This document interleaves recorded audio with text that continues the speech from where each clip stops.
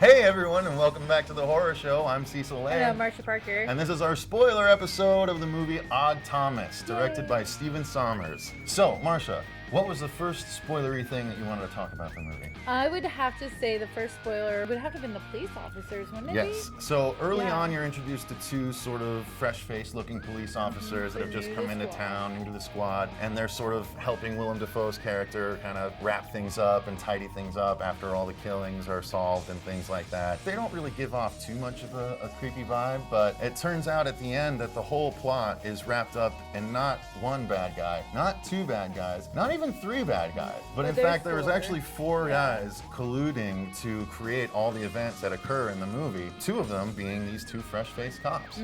So by the end, they've been trying to help or whatever. Yeah, you kind of got a feeling You for got sort of a them, weird that feeling, like, but Odd didn't really pick up on it because he's obviously distracted by the thousands of Bodaks running around. So basically the plot ends up being that they're gonna perpetrate a mass shooting in the mall, and as they do so, this leads to one of my big spoilery things. It's the biggest impactful thing of the movie that I mentioned in the regular review. Stormy's ice cream shop is in the mall, and Odd gets to the mall sort of after the mass shooting has already started. And he sees the gunman, and the gunman turns on the ice cream shop and he shoots, and then Odd comes over and is able to stop the gunman. After he does, he goes over to the ice cream shop and he looks in to try and find Stormy, and luckily Stormy stands up and she's she's okay. She doesn't really say anything or anything like that, and part of the gimmicks of the movie is that when Odd sees the spirit of a dead person, they don't talk. They don't say anything to him. They can just sort of point and lead him places and things like that. Even some ghosts try and scream at him, but they can't, nothing comes out. So it's interesting, but he goes and he actually finishes and he stops a bomb from going off and blowing up the entire mall, stops the cops and everything like that, and goes back and everything's okay. And Willem Dafoe shows up with his wife and everything's good, and he gets to go with Stormy and they go off to their own house to sort of unwind and just live life for sort of an undetermined amount of time. they just show them like kind of just having their moments, living together, eating ice cream together. Let's shut the whole world out, and we're going decompression time.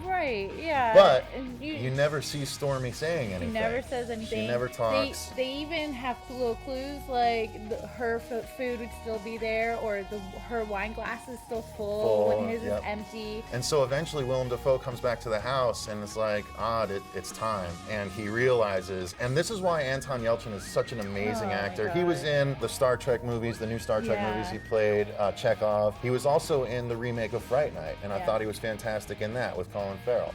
So he's incredible in the movie. This scene. This is a shining moment when they're like, it's time, and he realizes that Stormy actually was shot. He remembers back to the mall, and when she stood up, he actually sees there were no stains. When he sees her now, there's blood stains on her shirt, and it's her work outfit. So she never actually made it out of the mall, and he's got to say goodbye to her at the very end, and it's heart-wrenching. It's so sad, and everybody, all of his friends are there, and they realize that this whole time she's been there. Even Willem Dafoe says she's here. She's here, isn't she?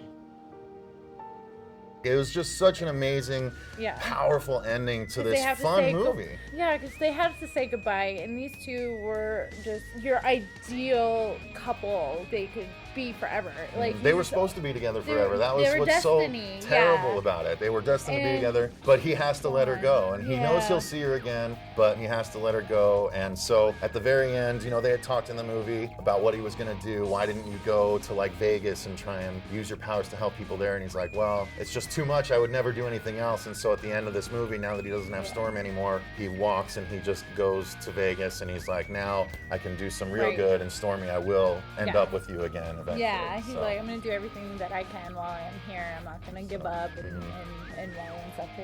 So I love the movie. Really cool. I really hope that they do more. I don't know if they will, but I think they would. They set it up for. I hope so. I don't know if there are more Odd Thomas books. I think there are though, by Gene Kuntz. But even if not, there's going to be hopefully some good movies coming out of this series. That's our spoilers, guys. There weren't too many, but it was a really big one that sort of made a big impact and can help sell the movie, hopefully, to you guys. It's worth watching. Check it out. Again, it was Odd Thomas, directed by Stephen Sommers. So thanks for watching, you guys. We appreciate it. Remember to follow us on Twitter @HorrorShow666. Check out our links below for our email, our podcast address, all that good stuff. But thanks again for watching. We appreciate it. And remember, stay scared.